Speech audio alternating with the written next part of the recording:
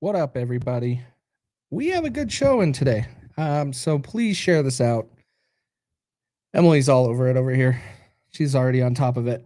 But yes, please go ahead and share this out. We got a lot to go over. I only planned for a few topics because I was going to spend a lot of time on Venezuela. But we're going to be talking about the State of the Union announcement for 2026. We have next month. We have the State of the Union. We have to go over Dan Bongino and his first appearance back on a podcast today. We're going to talk, obviously, about the DHS shooting in Minnesota. We'll get to Venezuela. We got to talk about Venezuela. What else? There was one other. Oh, the real food announcement today. So please share this out, get this out there, and let's get everybody in here and let's go over some of these things. This is going to be a crazy kind of a lot of stuff to go over. We're going to start with some of the easy stuff. Let's start with the State of the Union to go over things. And then as more people get in here, we'll get into the nitty gritty of Venezuela and the shooting earlier. We got to talk through all of that. We got to go through it. Tony, Happy New Year. Welcome. Glad you're here. Amy says, I was hoping you would be on. Also, does anyone have that clip and not 3 seconds on that ice shoot? Oh, yeah. We're going to go over it. I have... How many clips do I have plenty of clips of what happened today in Minnesota. Plenty. It's probably going to be a big portion of the show. We're probably not going to be sticking to just an hour today. We'll be going over with everything that we got. But we got to talk about Venezuela. All in all, we're gonna have. I mean, I probably have multiple groups of people in the comments upset. Well, very disagreeing with me on a couple different topics. Venezuela is going to be MAGA. All the MAGA supporters not going to like my stance on Venezuela, and then all the libertarians are probably going to think differently. They really don't want to hear my stance on Minnesota. Like, that's just what it's going to be. But let's go over it. So we're going to start first with the State of the Union real quick, because the State of the Union is important. We're going to really see what's going to be talked about.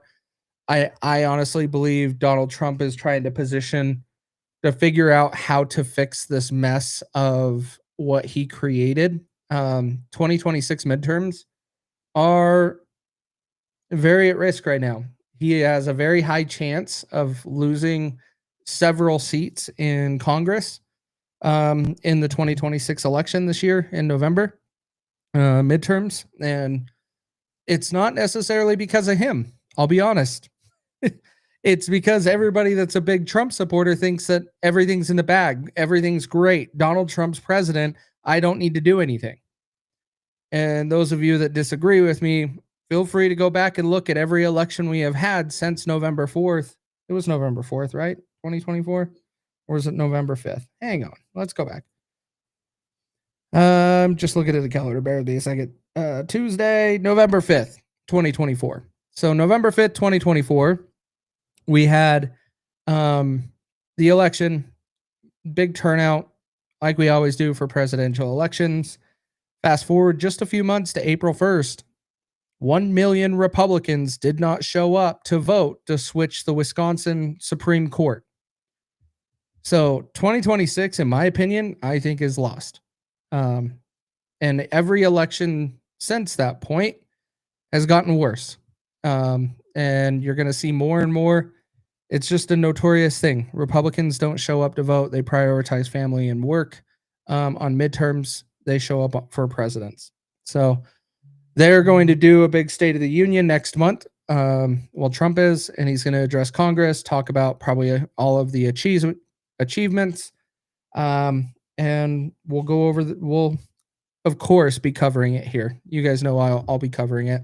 And and add commentary. We'll talk about it. We'll go through things, and I'll be preparing for it because February 24th, 2026, it right here is the date, and we'll be covering the State of the Union. Okay. So the State of Union is just a quick topic. So let's go and jump over to the next topic real quick. The real food announcement. This one is actually really good. I have to give it to them. They have really put together um, a decent way to approach this. This could have gone chaotically and really south because if they would have went in with just a bunch of their donors like Kellogg and all of the places that really drive the processed foods, it could have gone bad, and you would still see some of those brands. But they're really pushing to get away from sugars and grains, which I am a big supporter of, and focus on a new food pyramid. And so it's called Eat Real Food is what they're really pushing. Why is that video not loading? Hang on. There we go. Finally loaded. Let me share this. Let me get this up on the screen. Share this out so we can get this out to everybody, guys. I see viewers are climbing, but it's slow. I don't know if everybody's looking for protests or what, but share this out and get it out there. Let me also fix this real quick. Bear with me 1 second. And there we go. Is that going to work? There we go. Cool. So now let's share this out. Hey, Kim, welcome. Is this the right tab? That's the right tab. There we go. Okay, let's go over this. Let's hear from RFK talking about the real food, and then we're going to get into the other topics. But today was full of announcements and a lot of big things, so it was really awesome to actually see some stuff we can really talk about instead of everybody in their opinions about things. A marks a decisive Give me a thumbs up in the comments if you can hear it. Made possible by President Trump's leadership and the work of Maha moms and public health advocates who demanded reform. Today, in accordance with President Trump's directive, I'm not surprised, Tony. Will release the dietary guidelines for Americans 2025 to 2030, the most significant reset of federal nutrition policy in history. These guidelines replace corporate-driven assumptions with common sense goals and gold standard scientific integrity. These new guidelines will revolutionize our nation's food culture and make America healthy again. For decades, Americans have grown sicker while healthcare costs have soared. The reason is clear. The hard truth is that our government has been lying to us to protect corporate profit-taking, telling us that these food-like substances were beneficial to public health. Federal policy promoted and subsidized highly processed foods and refined carbohydrates and turned a blind eye to the disastrous consequences. Today, the lies stop. The new guidelines recognize that whole, nutrient-dense food is the most effective path to better health and lower healthcare costs. Protein and healthy fats are essential and were wrongly discouraged in prior dietary guidelines. We are ending the war on saturated fats. Diets rich in vegetables and fruits reduce disease risk more effectively than many drugs. Whole grains outperform refined carbohydrates. Added sugars, especially sugar-sweetened beverages, drive metabolic disease. And today, our government declares war on added sugar. Highly processed foods loaded with additives, added sugar, and excess salt damage health and should be avoided. Agreed. As Secretary of Health and Human Services, my message is clear: eat real food. Indeed. Nothing matters more for healthcare outcomes, economic productivity, military readiness, and fiscal stability. The dietary guidelines shape dozens of federal feeding programs, including Head Start. These standards affect 45 million school lunches every day, meals for 1.3 million active duty service members, and food served to 9 million veterans in VA hospitals. Today begins the work of aligning those programs with affordable, whole, nutrient-dense food. Implementation requires coordination across the government. I'm working with many of my fellow cabinet secretaries to deliver results.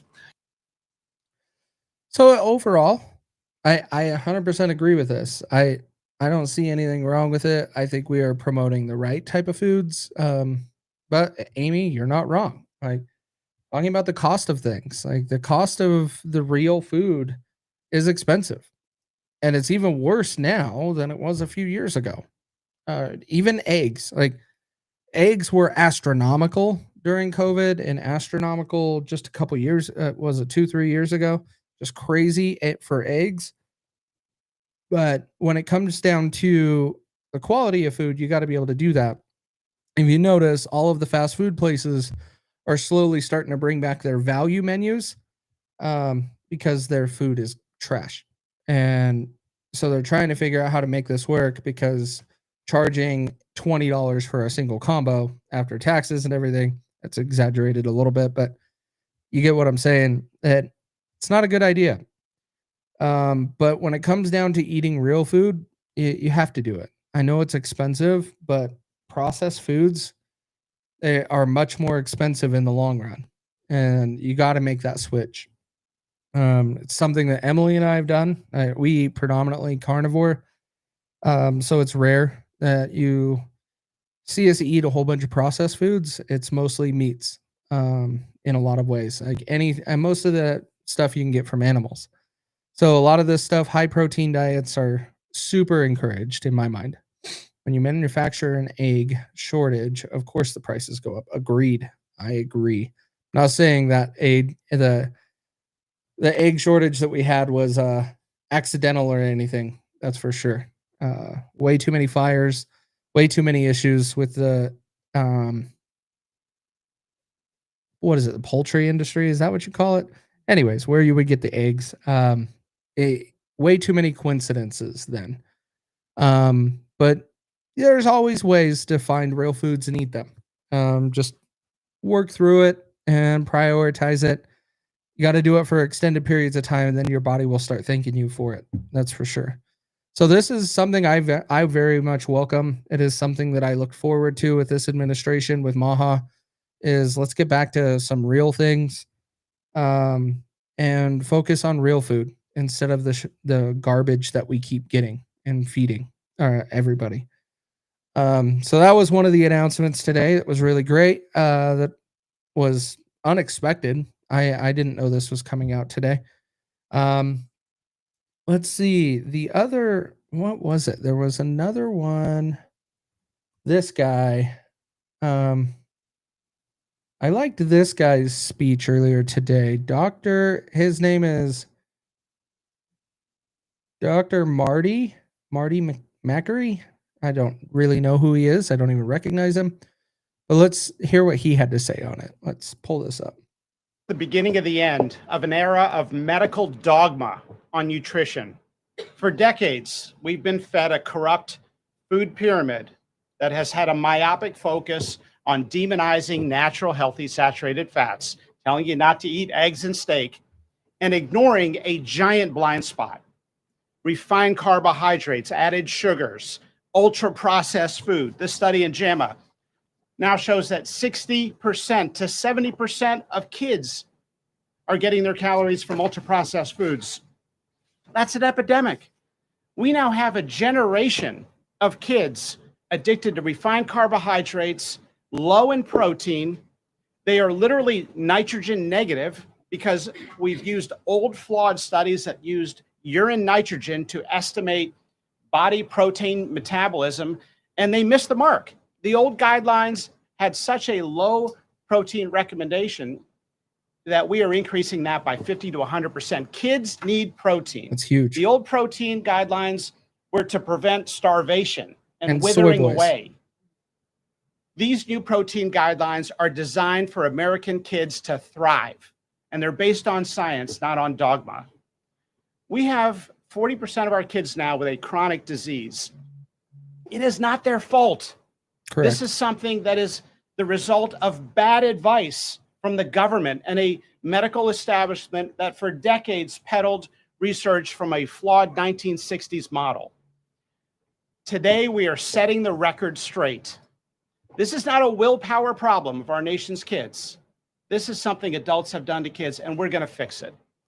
And so, as Dr. Oz said, the best way to lower drug prices is for people to stop taking drugs they don't need. Agreed. We are going to finally address the root causes of our broken healthcare system: insulin resistance and general body inflammation, advanced by the protein poor, micronutrient poor, ultra processed, refined carbohydrate diet that kids are addicted to today. And so, on behalf of the Food and Drug Administration, we are proud to be a part of this. We are grateful to be contributing to this work. Thank you, Secretary Rollins. Thank you, Kyle Diamantis, the best deputy commissioner for food at the FDA the agency has ever had. This is a historic day in America. Thank you, Caroline. Yeah, I liked that. I really think that everything he said, I don't disagree with. And it is all coming down to, like what he said, Dr. Oz was saying, the best way to lower drug prices is to be able to get off the drugs. And if we can create it to where there's not as much of a demand, then the prices come down. That's how our society works. That's how capitalism works. So let's bring things down to where it's not as in demand, and then the companies are not as intrigued to run the prices up because the demand is so high. If there's more competition in the market and more things to actually compete with them, then the prices will come down. That is perfectly normal, and that is the way our system should work. So overall, I'm happy with that announcement today. I think that it's going to be great. We'll see how it progresses. We have a lot of government programs and stuff like this that get announced that turn into nothing. So we have to see where does this go and how does it continue. And so that's the main part with it is, all right, now that we've made this announcement, what are we doing with it? Because there's a lot of things that we announce and we do from a government perspective that goes nowhere. Goes absolutely nowhere. All right. Let's jump into Dan Bongino real quick. Dan Bongino, he resigned from the FBI and he is now going back to his show and doing his podcast and all of that stuff because his work is done. I find it very interesting in the way this whole thing has come about. I really am not let's just say I am not surprised, but it also, I believe that this is a plan from the Trump community, the Trump administration. I don't think that this was in the original agenda, but I do believe, as how we started off the show, the 2026 State of the Union will be next month. I believe Trump is trying to figure out where his fan base is going to be coming from and where the Republicans are going to get all the votes. I think without Charlie Kirk, it's going to make it tough because Charlie Kirk found ways to rally people and bring people together from different points of view. And he doesn't have that anymore. Charlie Kirk is a huge reason. There's two people that were a huge reason how Donald Trump got elected in 2024. And that is Scott Presler and Charlie Kirk. If you lost either of those, Trump lost the election. Either of them. They were that critical. Both of them. And so and Scott Presler is still kicking butt, and he's still going out there and trying to recruit people, getting things going. But he's only one man. He's really focused on Pennsylvania and the Northeast. I think he was just over in Michigan, is what I saw in some of his latest posts. But he can't do it all. And Charlie Kirk did a lot. Charlie Kirk's TPUSA events and going to colleges and universities to be able to speak to people and really connect with the younger generation is a huge thing that's missing. Now, Dan Bongino, I don't think is going to tie directly to them. I don't think he's going to be really that. He's not really their type of person from talking and his style podcasts and all of that. I don't see them flocking there. But they need something, and they, as in the Trump administration and the Republicans, need something. And so I think that is the whole reason why Dan Bongino is coming back. I think that's why Dan Bongino has been going on all these rampages recently, starting fights and stuff like that with everybody on X. He is already quote posting and reposting, just your typical people all over on X that are big MAGA. And so he's just doing nothing different than what Candace Owens has been doing for the last, I don't know, since September. Just going around picking fights with people to keep his name in the news. And when he comes back to his show, it will have all-time high viewers. And then I bet it drops off. Because Dan Bongino, in my opinion, failed as being deputy director of the FBI. He spoke a big game on his podcast, said a lot of big things, and then he got into his position and then tried to tell us there's nothing about Epstein. There's nothing about these files. There's nothing. He fell right in line with the status quo of what we keep getting told from this administration, that Epstein files are a hoax, all of these things. And it's like, whoa, hang on. You were just this big bad guy on your show, but now like you didn't deliver on anything. And now you're done because the Trump administration needs someone to talk up the Republicans. It's why Dan Bongino is really targeting these black pillars.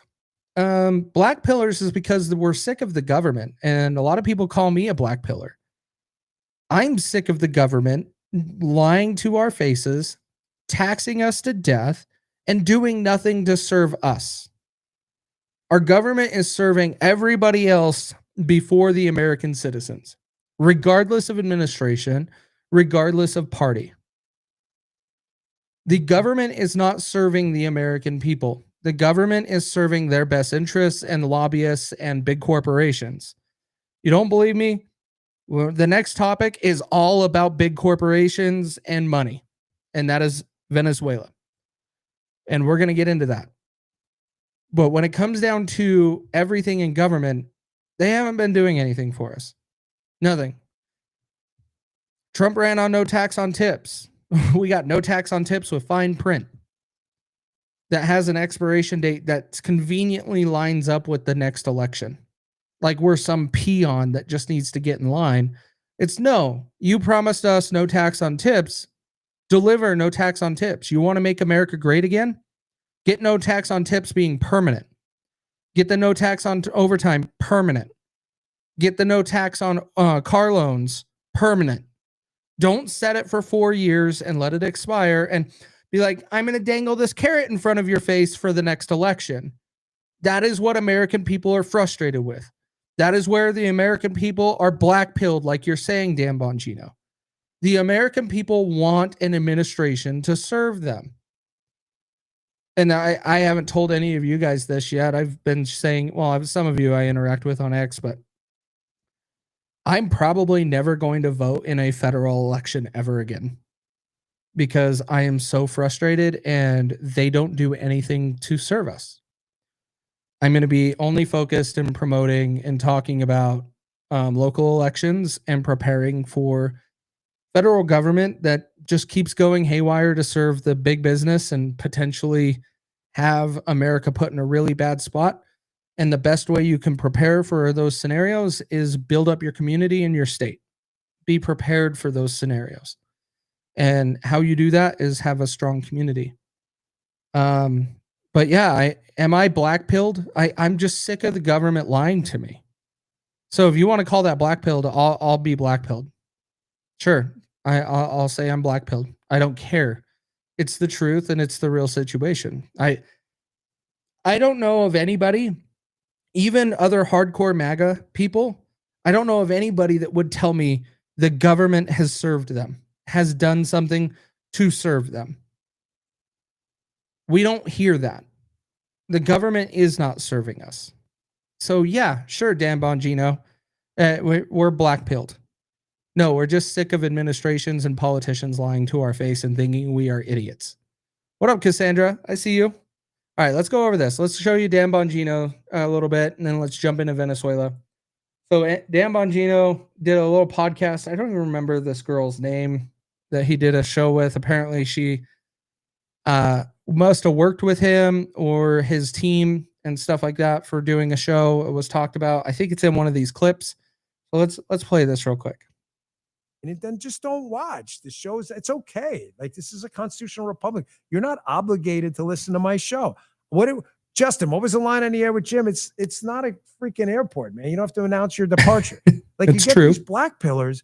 The thing about black pillars where everything sucks all the time is like, well, we're demanding accountability, but you're not great. So am I. That's not you're endlessly complaining about things you don't know anything about.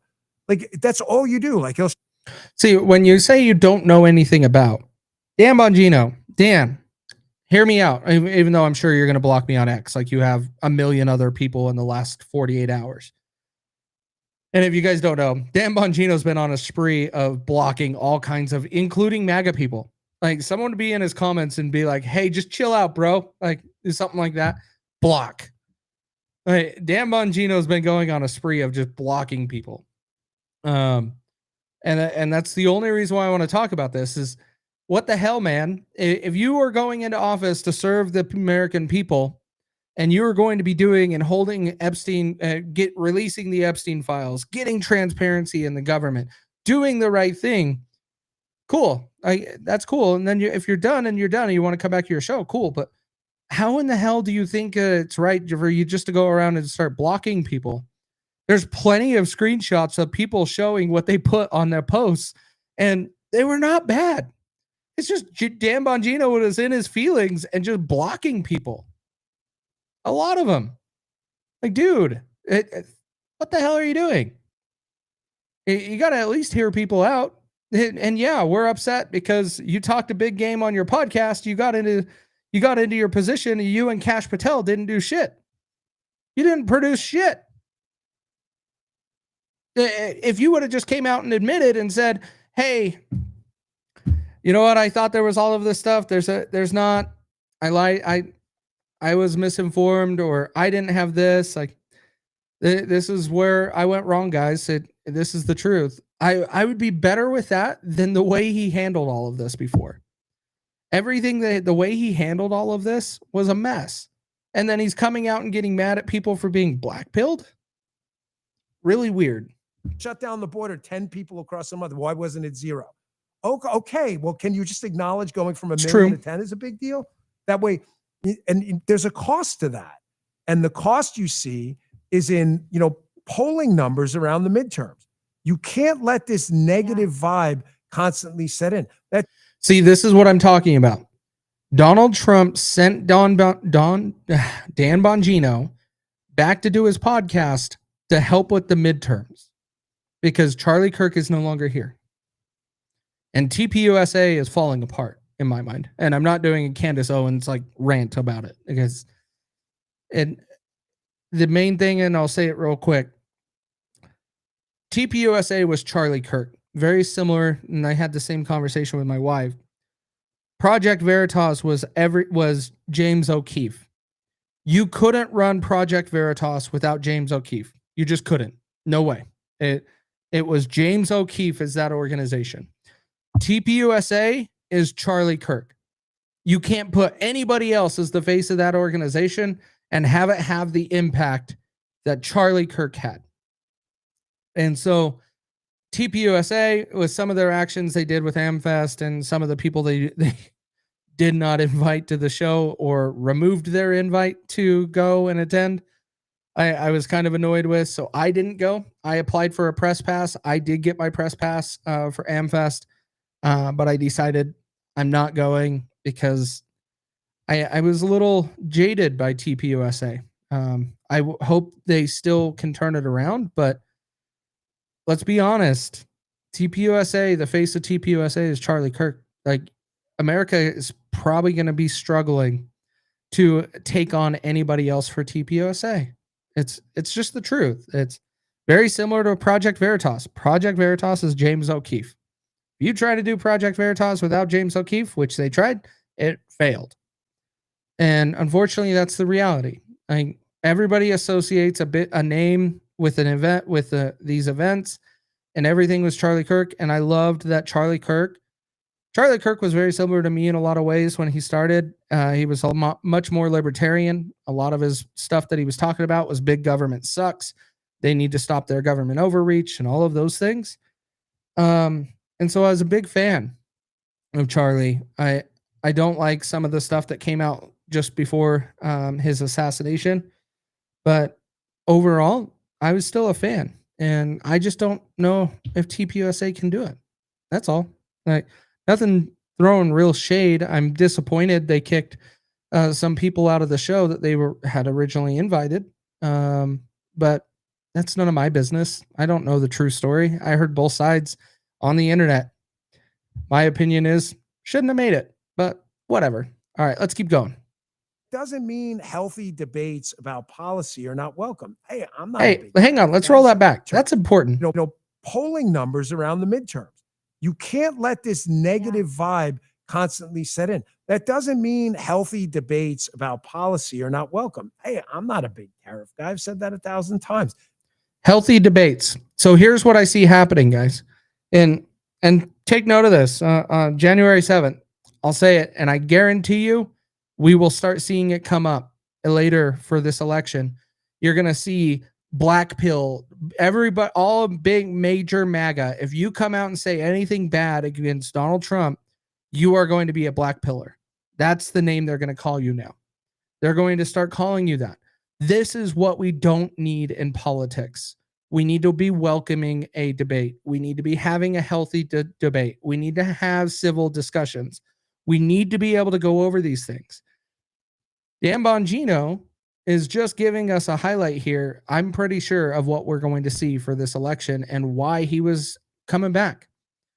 He's got to get the fan base back. He's got to get people going and riled and ready to go for the elections because Republicans don't show up to midterms. We already went over that. They don't show up. So there's got to be something, or as what Donald Trump said, if Republicans lose the midterms and we lose seats to where they're no longer the majority, yeah, Donald Trump will be impeached. It will. That's the nature of the politics game that we're in today. I hate it, but it's going to happen. Let's keep going. Debating policies are fine. Debating policies are fine. I think a lot of the so-called damage from the terrorists was. Yeah. Take that with a grain of salt, Sarah. People all say that, but yeah. Dramatically over-exaggerated. Even people who don't like them having to acknowledge that now. The economy's motoring, 4% growth. But the black pill complaining and whining all the time about the administration, it's just like, man, what team are you on? Holy Moses, man. So you don't have to watch. It's okay. There's a door, go find the freaking exits. Cause I don't really give a shit. I'm not here for anybody's money or anything like that. So that's the basis of what he said. Let me go ahead and grab the other link. I want to show this one. Actually, I think it's here. Yeah, it's here. He's kind of faint because he's not talking into the microphone initially. So how you been? Here we go. It is good to see you, man. It's great to see you. And I was gonna say it's a little weird that we were kind of two ships passing in the night where I came on and we were talking about me starting this show way before the FBI job even I didn't know. I mean, I never mentioned that to you because it was not in the, what do they say, the bingo card? Like I never had no idea, right? By the way, the president calls though and asks you to serve. We'll get to that, Sarah. I'm going to touch on that. Is yes, but I got to tell you, I did feel bad because I knew the Bongino army. You guys and ladies out there are freaking rock stars. Like I love you to death. You have no idea. And this experience is very illuminating. Like you see who your real friends are. What up, Danny? And you guys are freaking studs. Look at the chat already. The chat is below. Break that sucker. I know it's not even it's not even on my channels. So Dan Bongino's coming back, but my theory, he's coming back to be able to help the Republicans try to have success in the midterms. But I think I don't know if Dan Bongino is going to have the Charlie Kirk effect. He's really a different dude. Charlie Kirk was a uniter. Charlie Kirk was doing a lot of things to help with the election in 2024. I don't see this guy as the one to do it. But we'll find out. We'll find out. Sarah, so you mentioned in the comments about Pam Bondi, and you said Scam Bondi, which I agree with that too. But with Pam Bondi, yeah, I think I said it during the whole Charlie Kirk incident. Like, why didn't Dan travel to Utah? Where's Dan? Like, Dan disappeared back then, like for a few months, like you were saying. Like he was tried to dip. I think back then that feud or that fight, whatever came out that people were talking about, I think is true. I think it was very true that we were looking at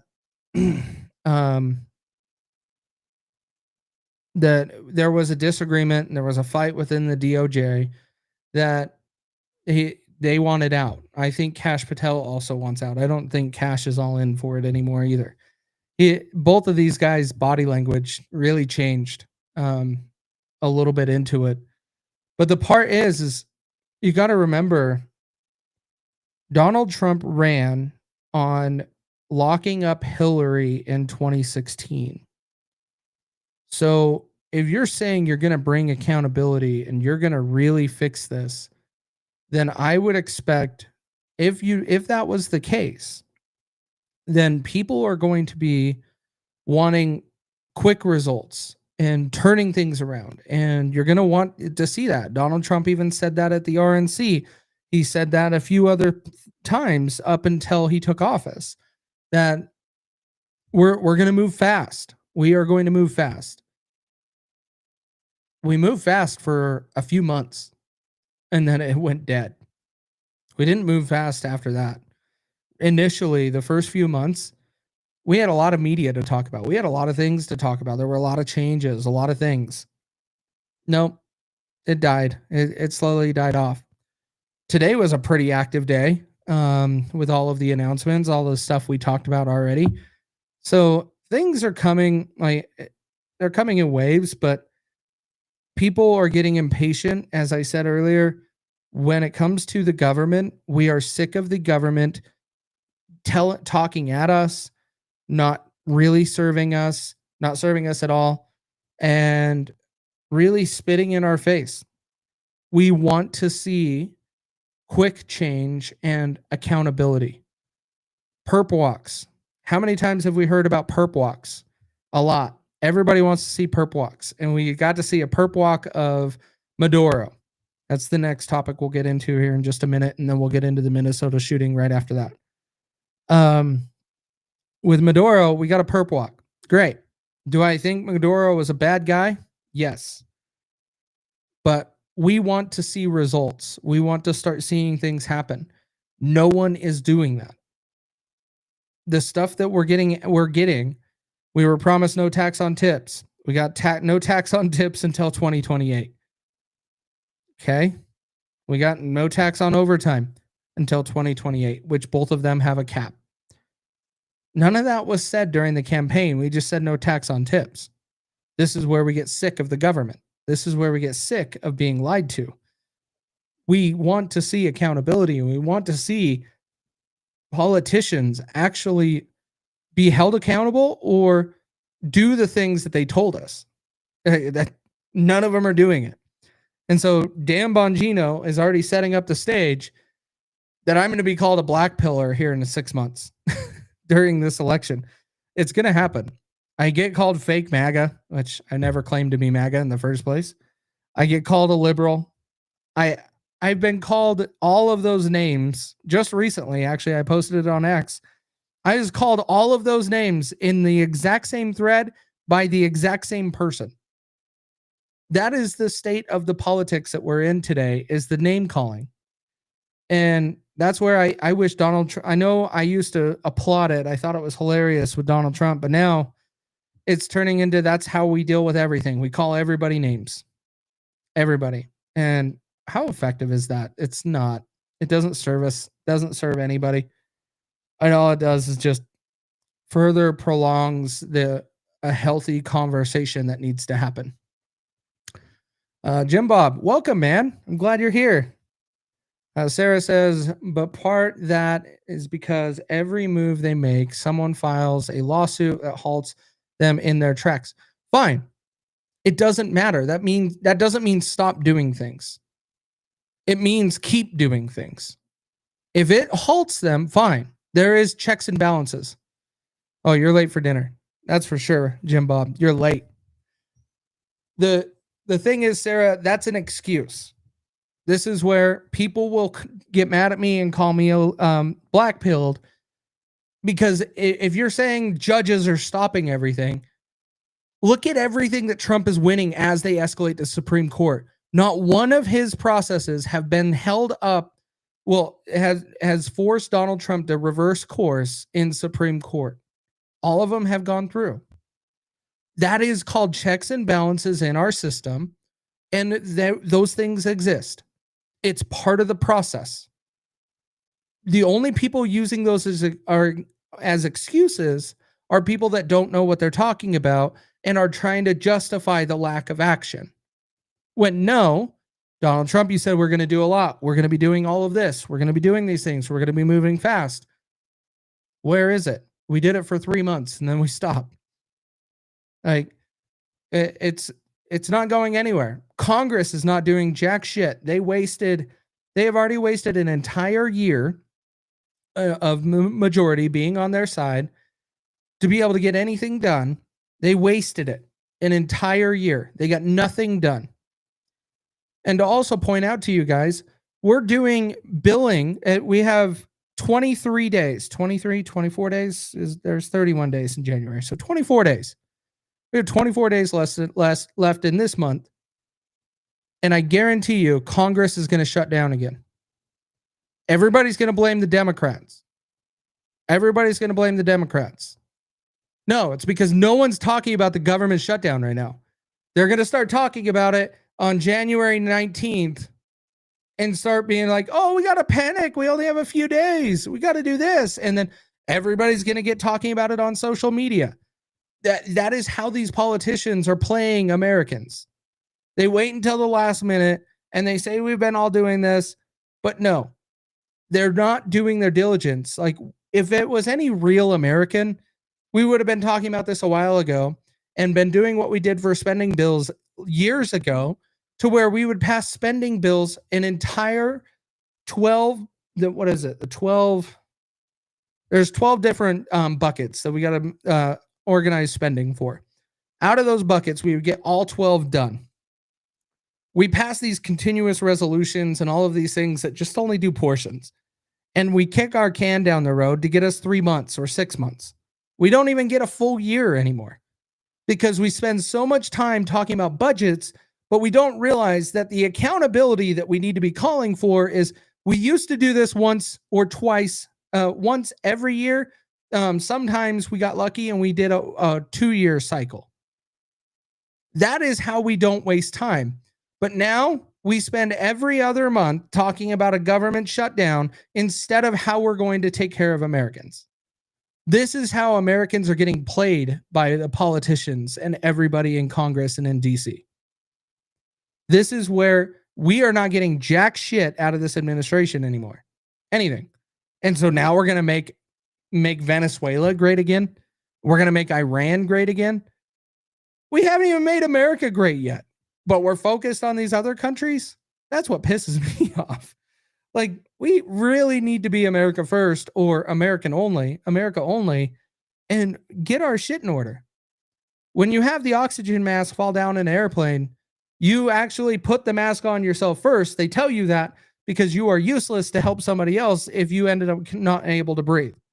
So put your mask on first, and then you can help everybody else.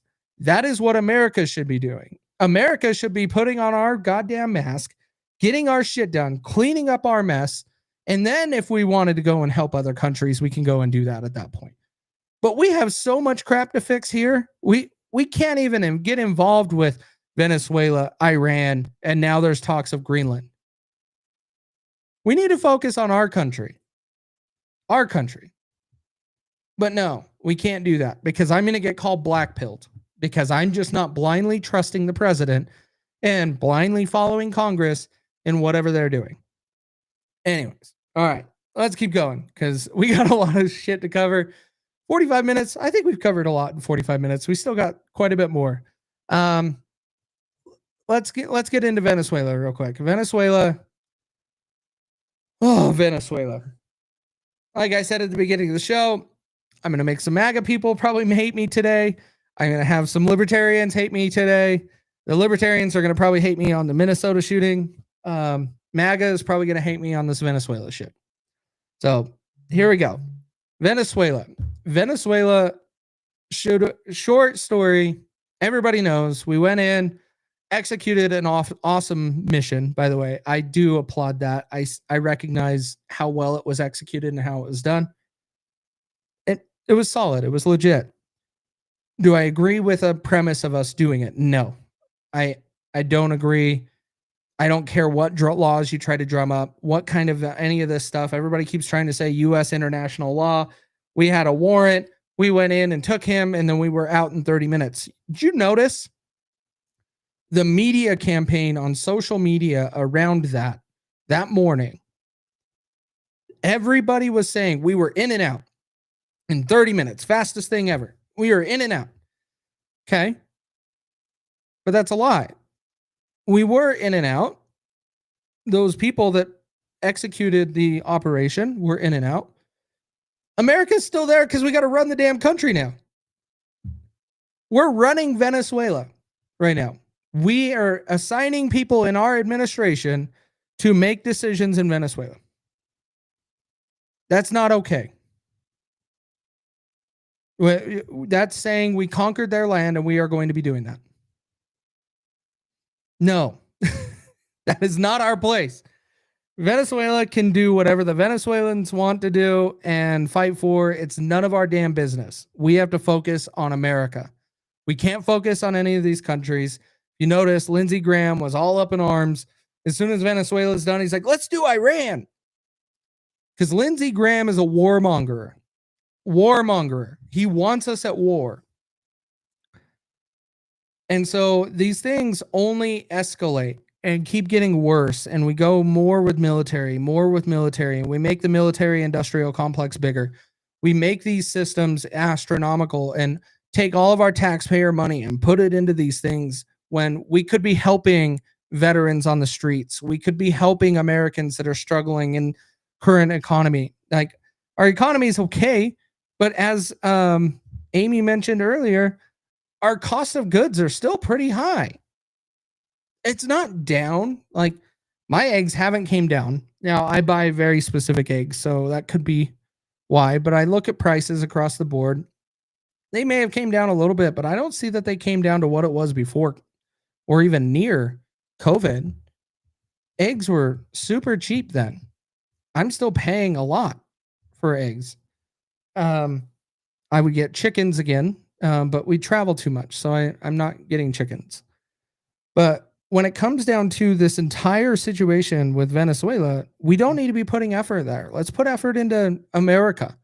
Another thing, like as America last, is we're buying meat from Argentina, buying meat from Javier Milei, and not backing our farmers. Why are we not backing American farmers?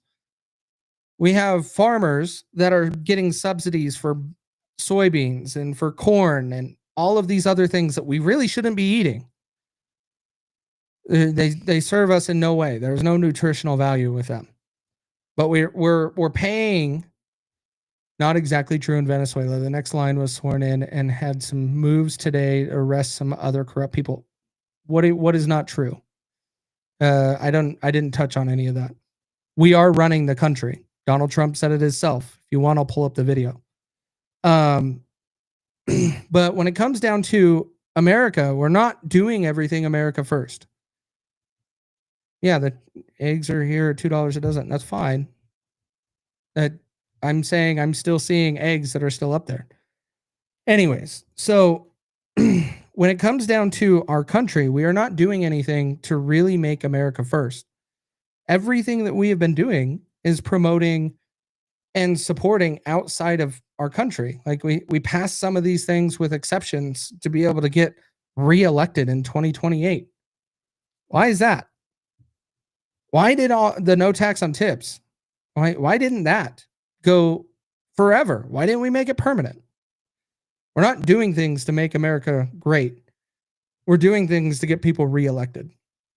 Do you recall the farms that were burned in the last couple of years? Yeah, a whole bunch of the chicken farms. All of those farms were burned. Like you saw, millions of chickens that, chicken farms had millions of chickens that all were dead. Or some of them were intentionally lit on fire because of bird flu, suspected bird flu. And yeah, I posted all kinds of stuff about that. It was happening everywhere. $3.89 a gallon. That's crazy, Amy. Utah's not that bad. We're finally into the mid twos. I still don't understand why Colorado is so cheap when Utah, which is where I'm at, why are we not under $2 a gallon? The big gas company here, Maverick in Utah, is where they're based out of. We even produce our own oil and refine it here in Utah, and we can't even get our gas under $2. But for some reason, that same Maverick company is selling gas under $2 in Colorado, and this was a month ago. It's weird. Anyways, I suspect Congress has the bird flu.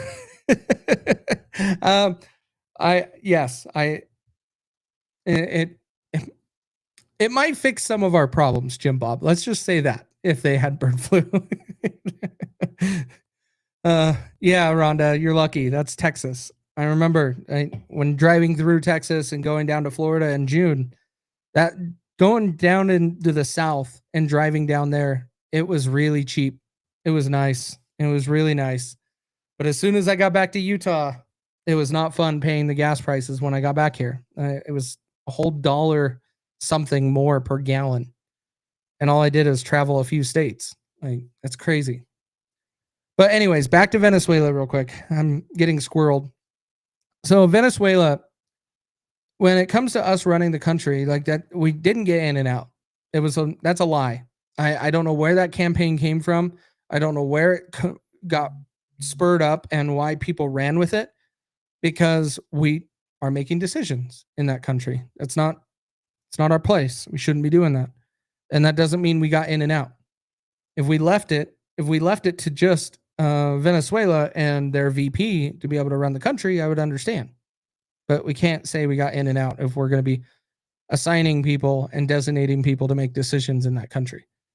The next thing, when they say Venezuela, and we were doing it because, Q, I'm prepping you guys right now. I'm going to have a Q rant here in a little bit about we arrested Maduro because he's going to testify against the 2020 election. What the fuck ever. Bullshit. We'll get into that. But Maduro, and arresting him because of drugs, okay, fine. Then why in the hell did you pardon Donald Trump? Why did you pardon the former president of Honduras for the same charges you're putting on Maduro? If that was the case, that you were doing it just for the drugs, fine. Why did we say weapons of mass destruction for fentanyl months before, and we were saying all of these boats that we were blowing up in the Caribbean, that they were all because of fentanyl? That's our problem. Fentanyl. Everybody was talking about fentanyl. And then we get Maduro for cocaine. There's no fentanyl coming from Venezuela. None. But that's what you guys were all told. That's what we were all told. It was because of the drugs. No, fucking government, tell us the truth. It's for the oil. Like, how do you do a huge press conference after this big thing that you'd carried out exceptionally, this big press conference, and you spend double the amount of time talking about oil? Well, 2.5 times. You spent 2.5 times the amount of time talking about oil as you did drugs. That tells me you're trying to tell me it is about drugs when really it's about oil. And we know government loves oil. Big business, and that is where that money comes from. And this is where I was telling people. I was telling a lot of you, and some of you that tuned in during the press conference that I covered the other day,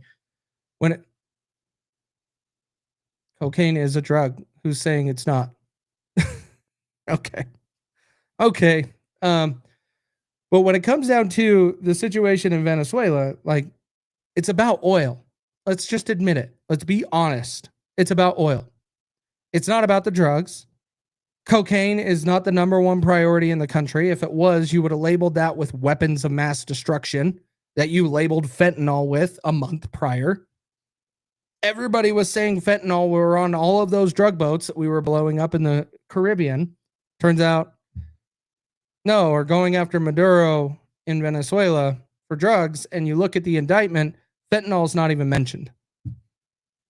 We talk about cocaine, 5 kilos of cocaine, but we don't even talk about anything regarding fentanyl. But when it comes down to this entire thing, this is where it comes back to what I was saying earlier today when we started. We're not black-pilled. We're sick of the government lying to us and thinking that we can't handle the truth. No, fucking just tell us the truth. Tell us the truth. That's what we need. The truth. We don't need the bullshit. We don't need any of that. Just tell us the truth. If it is about oil, that was stolen from us, if it is about all of these things, then say that. Don't be doing any of this. Don't be trying to tell me what you think I want to hear. Again, tying it back to Dan Bongino, why I believe Dan Bongino stepped down is I believe they need to do what they can to recover for the 2026 midterms because Donald Trump is going to lose it. Donald Trump is going to lose the 2026 midterms. And so sending Dan Bongino back to get his to try to get a base coming because Charlie Kirk isn't here to really rally the people to show up in the election. They're hoping Dan Bongino can do something. That is where all of this is coming in for me. Like, I think this whole thing, all of this stuff is to try to get more people's buy-in and trust of the government. You guys know me. I don't trust the government at all. I don't care if I voted for the person. I will not trust you. We have well over a century of history to tell me why I should not trust you as the government. And our founding fathers that established the Constitution put the Constitution in play to control the government, to restrict them from taking our rights from us and from infringing on our rights. And so it was to control the government. We should never trust the government, regardless if you voted for the person or not. You don't trust them. This administration, when Donald Trump's like, we want to talk about the Epstein files. Why do we want to talk about the Epstein files? Tried to play it off like it's a whole hoax. And it's not even a thing. Because he's hoping that you guys will just blindly trust him. And I hope you don't. No one should blindly trust anybody, especially when it comes to government. When it comes down to this entire situation, we need to start getting more involved in ourselves, in our communities, and doing things. We don't need to be looking to politicians to save us. So the Venezuelan part, we shouldn't have been involved, in my mind. I don't think we should have done it. It was none of our business. Sure, we had an indictment on Maduro. Cool. Find a way to go get him. I don't think we invade their country and go and arrest the president and the first lady of that country and then bring them back. I don't think you should do that. But that is where I'm saying I know some people probably won't like my stance on that. But when we start talking about America first and American only, we don't need to be worrying about these other countries. Nothing Venezuela was doing was hurting America. And you could talk about drugs. 30,000 people died from cocaine in 2023. 80,000 people died from cocaine in 2020, not cocaine, from fentanyl in 2023. Which one should be the priority? You spent all of your first year in office talking about fentanyl and turning it into the weapons of mass destruction and all of these things, but you don't want to go after fentanyl because that's coming from China. It's a lot harder to go after that one. Fentanyl is not coming from Venezuela. Fentanyl is not coming from the South like that. Fentanyl is coming from the other countries. We don't want to go pick a fight with them, so we're going to go and take out Venezuela. And oh, by the way, they just happen to have oil. The biggest oil reserves in the world. That's a weird coincidence. Weird coincidence that all of a sudden we're focused on cocaine and, oh, there's oil. Whatever. I'm happy for the Venezuelan people. I agree, Sally. I don't disagree with that. I am, But I also know majority of the videos of people celebrating were not even in Venezuela. They were in all other countries. Most of the people in Venezuela were actually fans of Maduro, because I want to believe that most of the people that were opposition of Maduro already left that country. And so that country, a lot of them were still, I shared videos just 2 days ago. Venezuelans were not happy that Maduro was captured. So you got to be careful with the algorithms of what you're seeing, because the algorithm's going to feed it all. No, 8 million refugees from Venezuela is not hurting us. We closed the border. It's already been addressed. Venezuela is not hurting us. Venezuela was not hurting us when we invaded them. So no, the answer is correct. Venezuela was not hurting us because we already closed our border. We were already told illegal immigration into this country is significantly down. So if you want to stand on that and grandstand there and say that, then you have to be saying Donald Trump's numbers are wrong. Because Venezuela, by the time that we went into their country, was not impacting us. Zero. If we had stronger borders and kept our borders more in line, kept drugs from coming in, then we would stop drugs. But as we established, Venezuela is about oil. It is not about the drugs. It is not about all of these things that were made up in what we were told. We did a big press conference and we spent more time talking about oil than we did anything else. And that oil wasn't what was talked about from questions. That was purposely brought up by the administration, talking about the oil and how that's going to be done. And we're going to have the oil companies come in, and the oil companies are going to pay for it. And then a couple seconds later, he also says, oh, they'll be reimbursed. By who? Probably the taxpayers, the U.S. taxpayers. We already know this. We already know this script. We already went through this with Bush. Anybody that's falling for it, you're trusting the government again. We can't be doing that. Can't trust the government. We have to demand accountability from them and demand them to do what we want, because they're supposed to be serving us. Let's see. What are my other notes?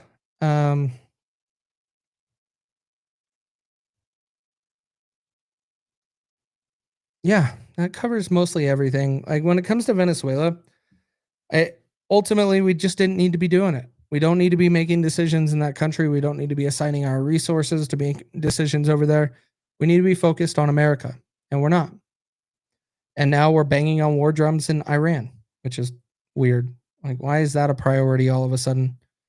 Please remind me what country had a delegation on the ground hours before the attack. I'll wait. Okay, well, I'll keep you waiting. I'll move on to the next topic. Thanks, Steven.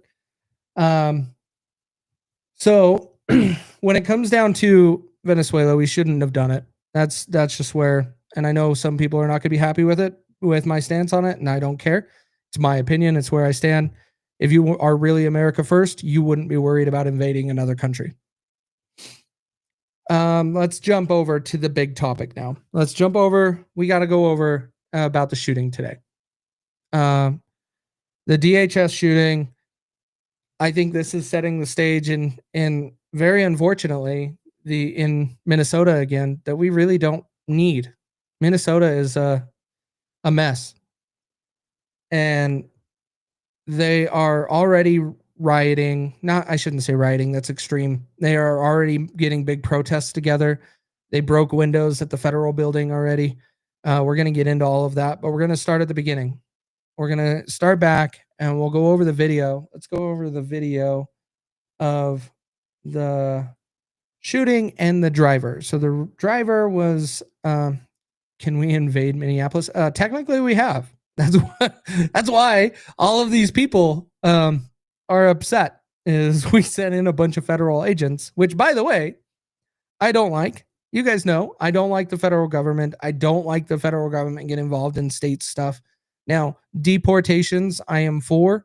I think there needs to be a collaborative effort with the state and the federal government. I don't like the federal government coming in and policing things. I think that is setting a wrong precedent for the future and other presidents that will test that and do that to push their agenda. And so I'm not a big fan of the approach, but I am one of those libertarians that is pro deportation. Like, we have borders, we have an immigration policy, even though it sucks. If you break that and you come into this country illegally, sure, we're going to deport you. But we'll get into your invade a little bit, because that's a little bit of the words that Tim Walz and Jacob Fry are saying in their press conferences. But here's the interaction. This is the best angle out of all of them. There is another angle that's a little bit farther away from the other side, all the way down, and you can see the car bumps into the officer that fires his weapon. But ultimately, in here, I believe this is justified. I'll cut to the chase. This is 100% justified in my mind, and I'll explain why. Oh, you're good, Terry. Glad you made it. So these guys, this lady right here has been coordinating the protest against ICE agents. She's pretty heavily involved with the protests. Her name is Renee. What is it? Renee Frake. Renee Good. I want to say Renee Good. Hang on, let me check this again. Renee Good. Yeah, Renee Good. There we go. Walls. Yeah. This is those clowns. We're gonna get into that, Cassandra. We got clips. I can't remember who asked, if it was you or Amy. I think it was Amy that asked for clips. So we got clips. Here we are. So share this out, everybody, because everybody wants to hear this. All of these things. But this is the big thing for today. And I don't think that this lady, when she was backed up, she was where she's at. She originally had another car where this truck is right here. There was another car that was part of the protest. They were intentionally trying to stop traffic, or intentionally trying to stop. I'm not going to say just vehicles. I'm just going to say overall people going down there. They were kind of controlling everything. Was she trying to intentionally stop them? I don't know. I think she kind of was. So the officers are like, hey, what are you doing? Get out of our way. So now they're walking up to the car. And then he says, get out of the effing car. No! So right here, and that woman screaming, I don't know if that woman screaming is exactly the person that I'm going to refer to, but there's someone right here where this camera is somewhere, and it's in one of our clips. We'll hear it. That is the wife of the woman in the car, and they're screaming, and it's really sad. I need to back up and say this entire situation is sad. In my opinion, this is where what situations we are in today in the political climate we have, because people are trying to insert themselves against law enforcement when really your issue is against administration and politicians. You need to be going there, not against law enforcement. Law enforcement has the law on their side to be able to detain you and do all kinds of things. That is not where you make your protests. That is not where you take your issues, because you will lose every time. I've always said it. If you have a problem with the way you are pulled over or something, you deal with it in the court. You don't deal with it on the side of the road. You will lose. You will lose. And so let's give this a watch here. Watch really carefully. At the end, it slows down. And then I want to point a couple things out. Everybody's saying she intentionally tried to run over the officer. I do not agree with that statement. I do not agree that she intentionally tried to run over the officer, and I'll show you why. No! Shame! 3 gunshots. Oh my fucking God! All in the windshield. What the fuck? What the fuck? You just sad. What the fuck did you do? No! Here's slow-mo. See? So slow-mo. Let me point this out right here. So the officer is in front of the vehicle. So originally she is farther ahead. Let's go back to the full speed, not the slow-mo, because I want to come back to where she initially backs up. So right here, see how much farther ahead in the road she is? So she is really impeding traffic. That's causing this problem. That's why these officers are getting out, saying, get out of your car. And she backs up. Reverse lights came on right as he gets to the door. And so it keeps going. She backs up. Now the officer starts coming up. You can kind of see his head right here on the back there. You see the second officer right there. There's the gun withdrawn right there. He is sensing, because he is in the front of the vehicle and it is coming towards him, his life is threatened at this moment. Now, let's go forward just a little bit. Watch the front wheels. This is where I say she did not intentionally try to run over that officer, but the officer did have full right to fire his firearm because he feared for his life. That is the stipulation. Stipulation. I know you don't, Brent. I know you don't. I know that's your stance. I'm expecting, especially the libertarian groups, to be in this situation against me. I do. So my stance with this, though, is I do feel this is justified. I don't like to see it done. But you can see right here, that front wheel turns right there. It starts turning even more. You can see out here more of a wheel. So she's turning sharper. If she intended to try to run over that officer, she wouldn't be turning away from him. She would have went right over him when she had the chance. So I do not believe that she was trying to run him over, as the narrative is from MAGA and most conservatives. But when you look at the actions, I can understand why the officer made the decision that he did. 100%. And rightfully so. It sucks. I don't want to see anybody lose their life.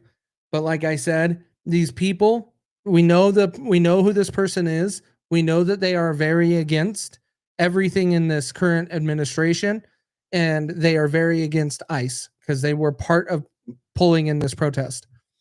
And so that is where, yeah, they were going to do it. But you go and take that to the politicians, you go and take that to them. You don't go and fight with the officers in the street, because you will never win. You will not win the officers in the street. That's not how you're going to make any progress doing anything. You will not have any success. And it generally results into something really bad like this. And it's very unfortunate. If we could realize this, that our protests are with people in the administration and people that are running our country, not necessarily these people. These people are just doing their job, marching their orders. They're going to just do what they just did in this video. They're not actually going to listen to you, and you're not going to win this battle if you try to go against them. This is not where you take your fight. I don't think it was intentional, more of a really stupid decision. Yeah. Well, and trying to flee. Like Cassandra, yeah, I know you've been around when Truth Will Set You Free and all the Be the Change stuff. Like, you've been around watching our shows forever, for many years. We covered all of the shootings, the officer shootings during 2020, 2021, and all of that. We talked a lot about fleeing and people trying to flee officers, and then officers pulling their guns, or an officer pulling a gun instead of a taser.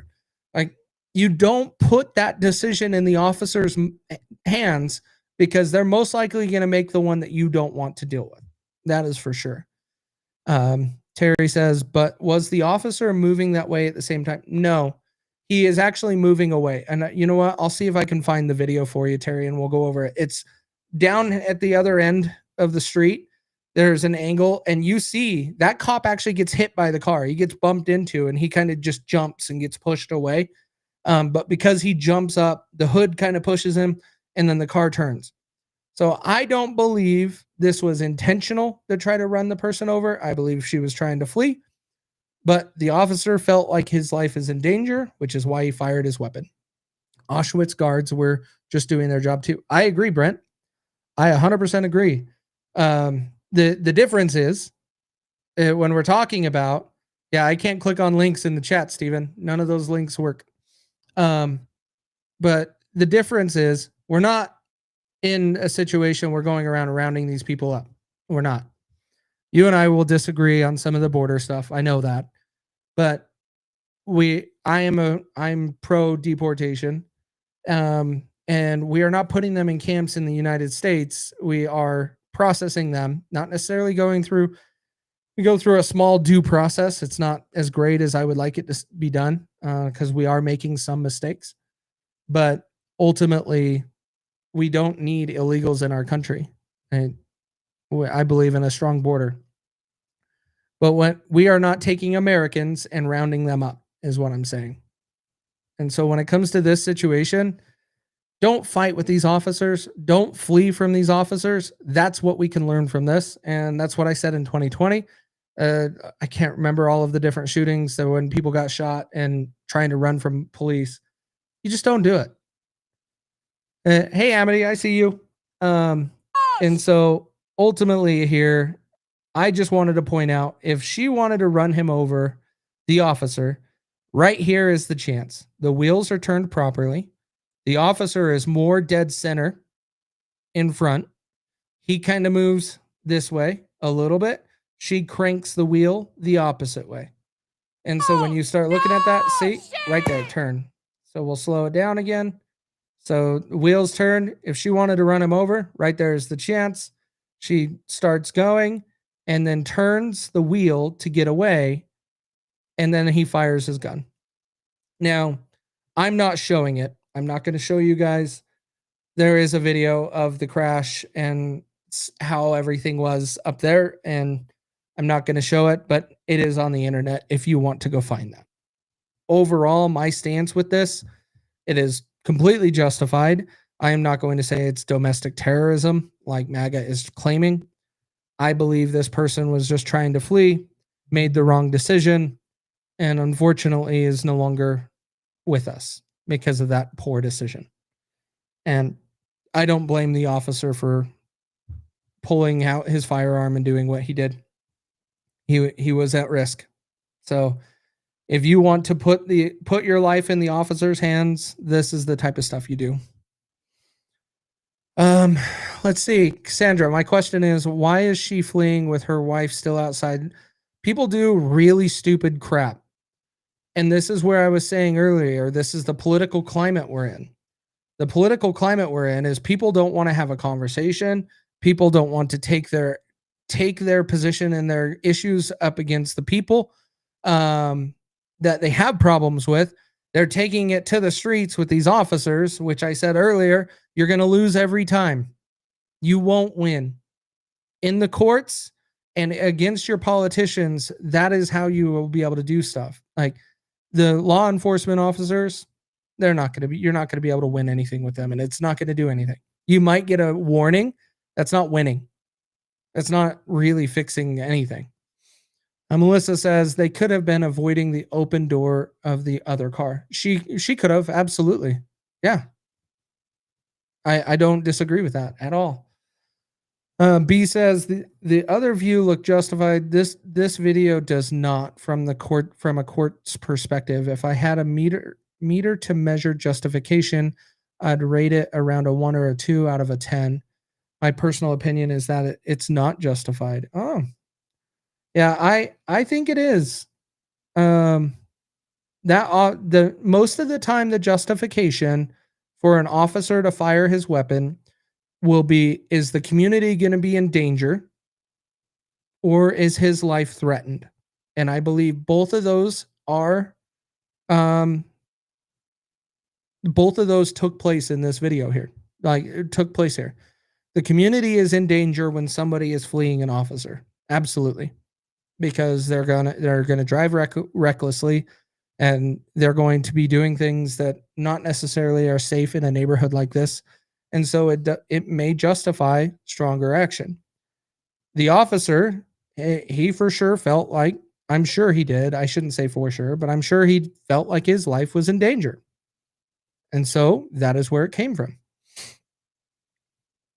The wife was filming her leading the charge, is what I read earlier. Yeah, that's where I was saying at the beginning of this, the wife is somewhere around this video. I don't think this is her video. I think she's somewhere right here, because in one of the other clips that we'll be going over in just a minute, you'll hear her. You'll hear her scream that was her wife in that car. And so I don't think this is her video because I never heard it with this angle. But let's jump into those other clips real quick, and then we got to talk about Timmy Walls and Tampon Tim and Jacob Fry. We got to talk about those things. Let's show you one other thing real quick with the protest. Snow on the ground and ice. The vehicle can drift into him. That's true. This is one of the shots directly into the windshield, right where it probably should have been for being aimed in the proper location. But it shows it came from the front of the vehicle, which squashes some of the narrative that we would probably have from the left. The protest is crazy. The protest is already going off. I'm already seeing videos by refreshing X. I'm checking it over here. But this is what was going on just in the same area. This is like right at the intersection, just down the street, I believe. Bob, I want to jump. But you can see they're back to 2020 mode. We're going to burn the American flag. It's upside down. I understand upside down. That's the way they feel. I don't feel like we're in that situation right now, but so be it. In here, I want to ask you where you're at right now. And we're seeing the images on the screen there. That's a lot of people already in this one area. Minnesota has a way of people just showing up. It's crazy. In a way that I don't believe that it is organic. The amount of people that show up like this to anything going on in Minnesota is astronomical numbers. And it's crazy. There's no way that this is organic. These people, no way. They got to really be just traveling to a big event like this and trying to make it a bigger deal than it really is. Like, is there an issue here? Someone lost their life? Yes. But why are this many people mad at an ICE agent that almost got ran over? I don't see it. But that is part of the protest. Let me jump to another link here and show you. This is the protest a little bit later at the federal building. So at the federal building, and shout out to Nick. Nick's been on the grounds in Minnesota. This one's Mercado Media. As you can see, it's Mercado Media down there. Just shout him out. I know him and I don't agree on politics, and he's a lot more on the left side. I used to watch him all the time because he was much more central, but right now he's very, very left. But he got this clip of the protest where they're breaking the windows. Let me turn this down. They're breaking the windows on the turn door at the federal building.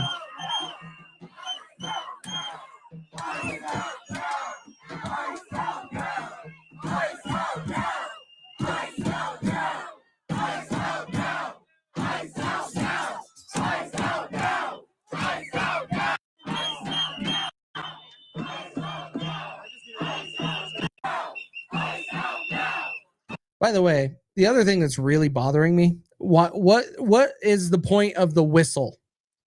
If I was at a protest and someone's just blaring their whistle all the time, I would go freaking insane. It'd drive me fucking nuts. I don't understand what the whistle does at a protest. What is the point of your whistle? But whatever. It seems like that's just a common thing now. Just like fireworks, just like masks. Whatever. It is what it is. Let's jump to some of these stupid politicians and what they're saying. Let's start with Jacob Fry. Yeah, the whistle. I don't understand it. And it's all over in Minnesota. I've been following Mercado because he's been going around to the different ICE protests in Minnesota. And every single one of them, someone's blaring a whistle, just constantly going. And it drives me up the wall. Like, what is that supposed to do other than just annoy me? It drives me nuts, Terry. Why can't the officers shoot like they shot Ashley Babbitt? What do you mean by that, Steven? Because Ashley Babbitt's no longer with us. I'm curious what you mean. She disobeyed law commands multiple times and then proceeded to endanger law enforcement. Well said, Jim. Well said, Jim Bob.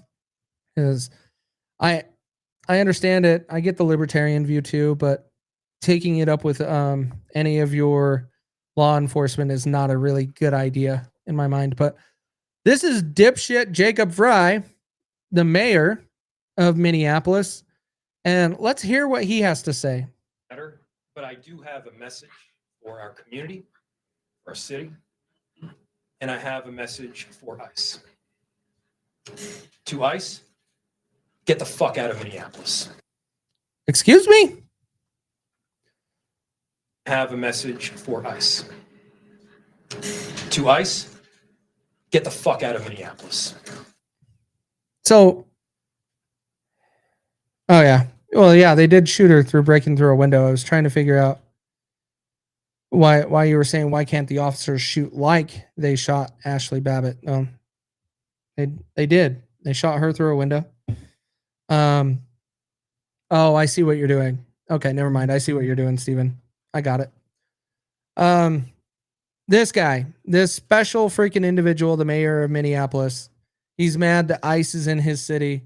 Again, I kind of understand it.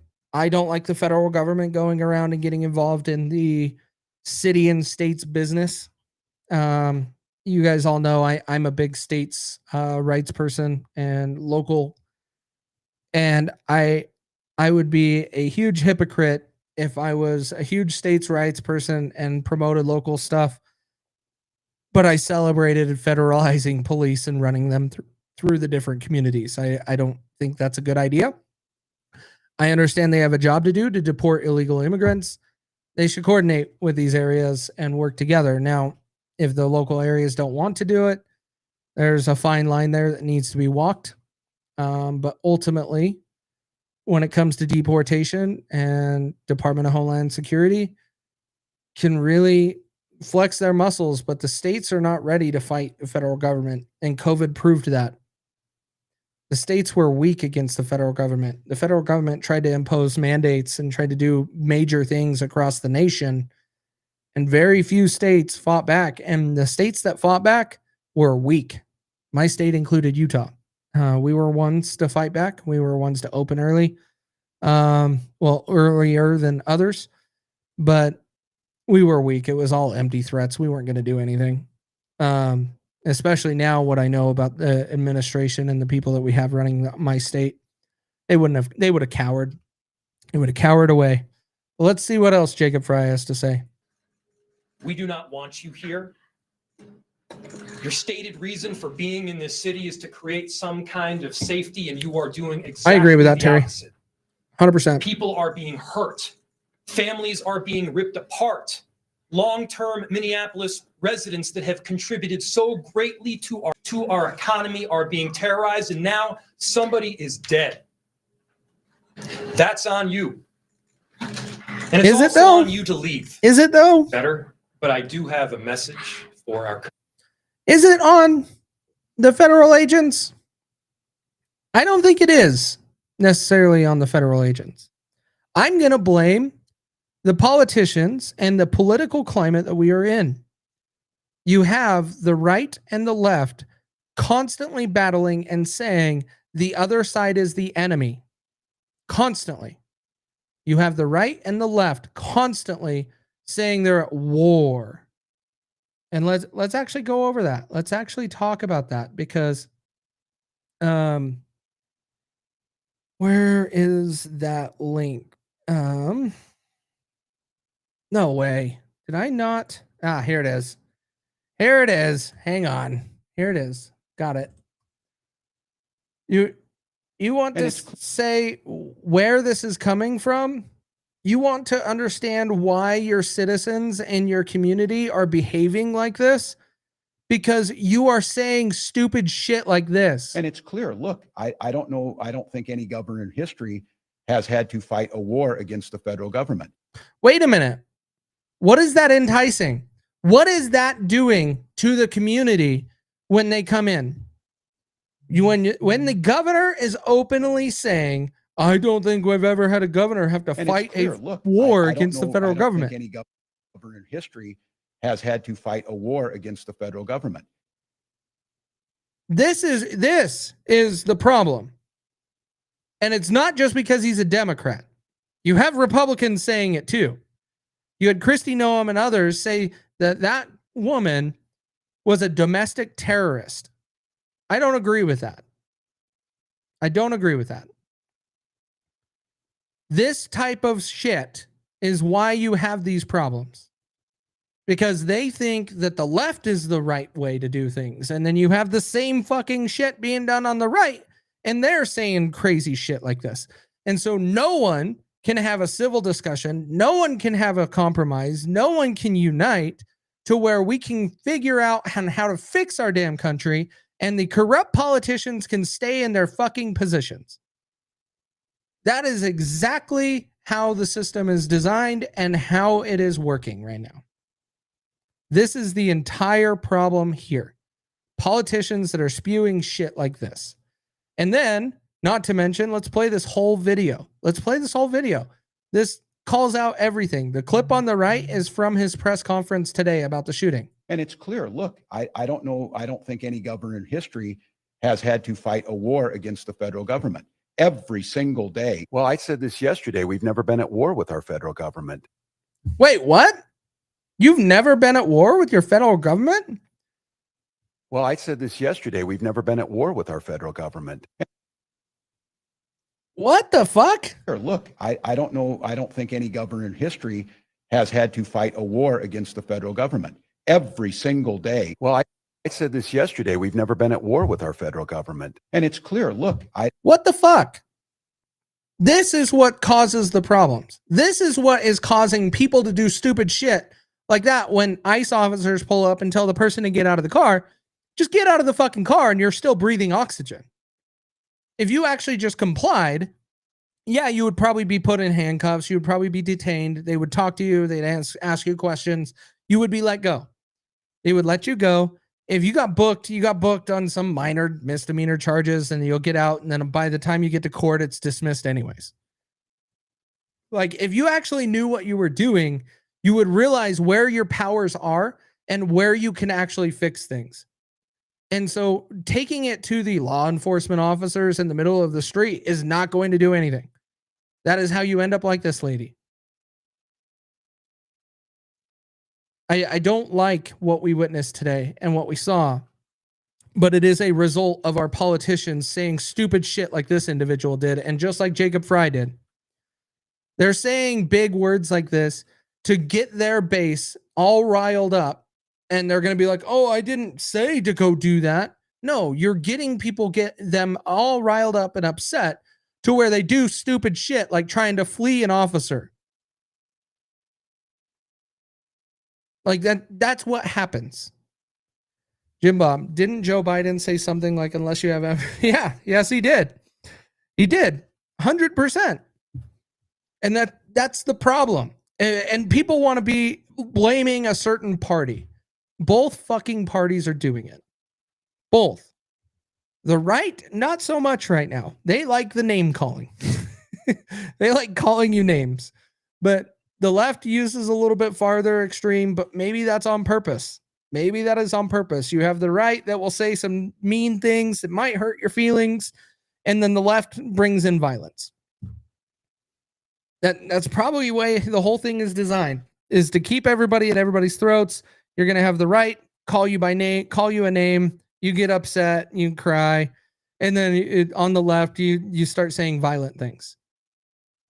And that's probably it. All right, let's keep going. We got some other other clips to go over. Like I said, I got plenty of clips. Tim Walz gave a warning to the National Guard, letting them know, hey, if you work in IT, oh, you stupid ads. Hang on. Let's get rid of this ad.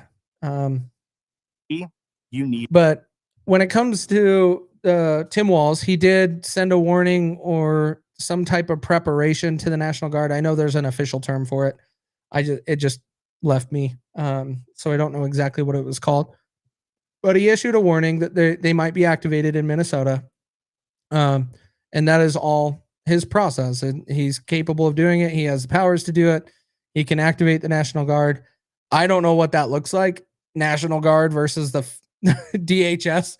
That sounds like a bad thing to me. I really don't want to see it. But we'll see what happens. But this is when they talk about the National Guard, because it's important to understand when it comes to the Minnesota National Guard, it is at the beck and call of the governor, and he can do those things and activate them.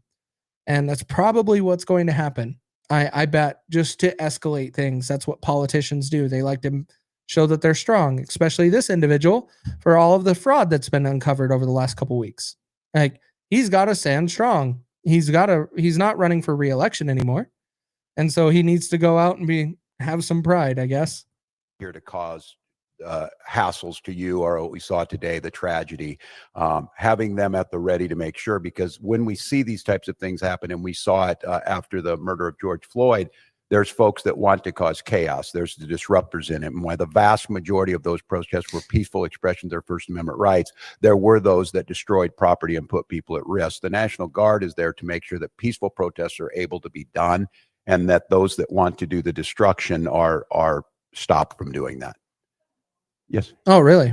Okay. We'll see if that happens tonight. I got to refresh and see if there's anything.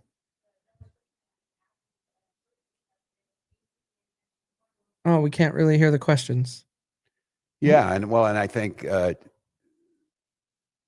apparently by a federal agent, not by Minnesotans who were there to express their First Amendment rights. I think we've seen this to have folks ready. The gatherings that were down there today, I think this shocked everyone. People showed up as they should. There's people putting flowers down on a memorial. There's people expressing their anger.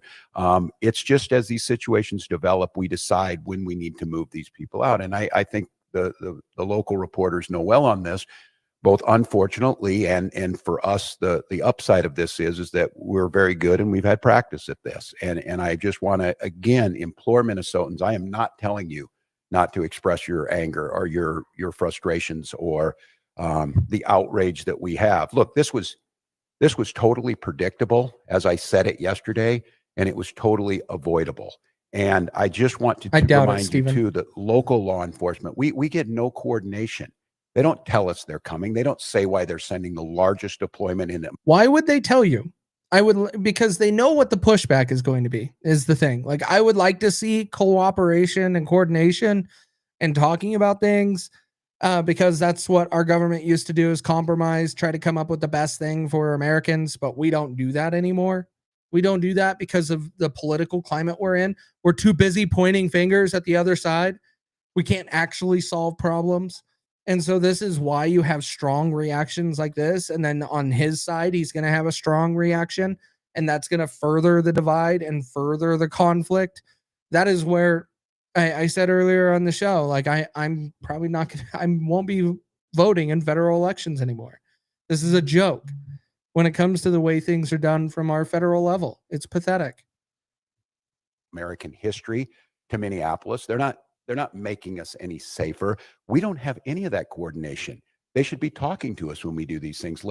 They should, but they know you're going to say no. You've already said you're at war with the federal government. We played that clip already. So they know you're going to just not work with them. It doesn't matter. So they're going to come in and just enforce their will on you. And then they're going to look good to their team. The federal government's going to look good to MAGA. And so they're going to be touting it and saying it's a good thing. You are going to be like, why didn't they talk to me? Because you said you're at war with the federal government. So why would that indicate that you're able to have a sit-down conversation and come up with a solution? Because in 2026 or 2025 that we just got out of, you don't have people coming to the table and talking anymore. You only have fighting. That's all you get, and yelling and pointing fingers, because politicians are fucking useless.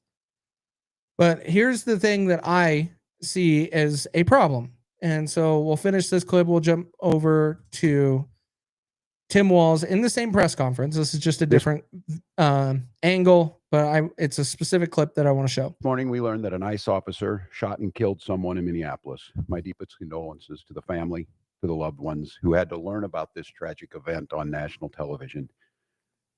We've been warning for weeks that the Trump administration's dangerous, sensationalized operations are a threat to our public safety, that someone was going to get hurt. Just yesterday, I said exactly that. What we're seeing is the consequences of governance designed to generate fear, headlines, and conflict. It's governing by reality TV. And today that recklessness cost someone their life. I've reached out to Secretary of Homeland Security, Kristi Noem, and I'm waiting to hear back. Let me be clear. Donald Trump and his administration may not care much about Minnesota. That's been pretty evident. But we love this state. We won't let them tear us apart. We'll not turn against each other. To Minnesotans, I say this. I feel your anger. I'm angry. They want a show. We can't give it to them. We cannot. If you protest and express your First Amendment rights, please do so peacefully as you always do. Please do it peacefully as you always do. Do I need to remind you of the summer of love of 2020 and everything that went on with that? Like, no, it was not. That city was one of the worst in the country during the summer of love, when everybody was peacefully protesting, when buildings were burning down behind them.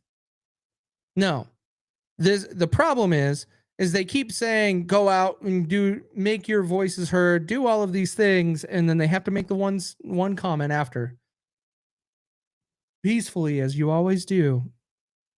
And no, and you've never done that. This side only knows violence. Melissa says, except the person wasn't from Minnesota. Wasn't she from Colorado? She could have been.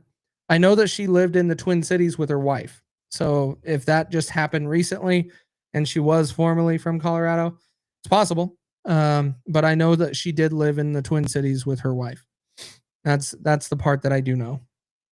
That's what I wanted to share with Tim Walz on that. But let me show you. Actually, here's a little thing on the driver that Eric put together. Why did he delete his tweet? Okay, or not. One other one to show you. Let's do this real quick. This was a shock to me, but I'm starting to agree with this guy more and more. I'm blown away because he was the one I was picking on during all of the election in 2024. Because he had the Fetterwoman shirt, he did all of this stuff that I'm just like, what in the freak? Let alone he can't buy a decent set of clothes. It's always a hoodie. But whatever. Here, let's hear what he has to say.